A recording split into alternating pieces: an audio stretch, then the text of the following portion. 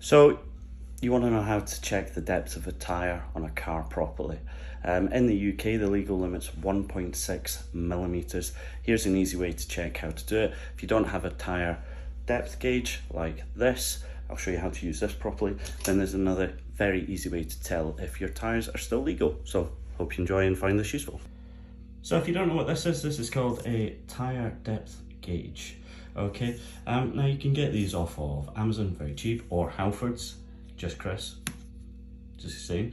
The way they work is essentially pop it in, check the tyre depth. Now, before you start, especially with the digital ones, what you need to do is get it on a flat surface and press down the needle and then zero it. Try to do this one. There's a bad boy there. Okay, now best thing to do, especially for the front tyres, make your life easy and turn the steering wheel. Okay, so now the steering wheel has been turned. So every new tyre, every modern tyre has got what's called a tyre wear indicator in between the tread. If your tyre is flush with that, that is the legal limit, that's 1.6 millimetres, and you need to get your tyre changed. Now the DVSA state that you check your tyre depth across the central 3/4. Why they didn't say 2/3, I have no idea, but it's a central 3/4.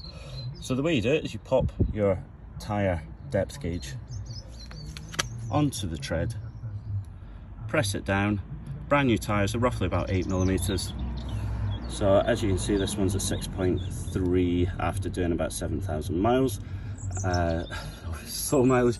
And then we'll check the other tread as well. And you check numerous places, and that's 6.47.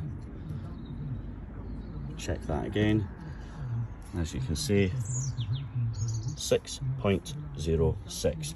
So what you don't want to do is a do not check the outside part, okay? It's absolutely pointless. Modern sports cars essentially can have that as almost slick, and you don't want to check the tiny little bits. So it's the main parts of the tread that you check, and it should be above 1.6. If it's below 3 millimetres, that's kind of a serviceable warning that you get told by your garage to get your tyres changed. Apart from that, okay, so let's say if you go to your garage and your tyres at 3 millimetres, then you'll be told you need to get new tyres. Now realistically, you could run them for another good few thousand miles before they need changed. Word of warning though, if you do that, make sure you keep an eye on them. They can wear down deceptively quickly, especially if your what's called tracking is off. Also, when you're checking your tyres, you want to check for bulges, cuts, and any cracking on the tyre, especially if it's an old tyre. And also what you want to make sure is that there's no uneven wear on the tyre, so the tyre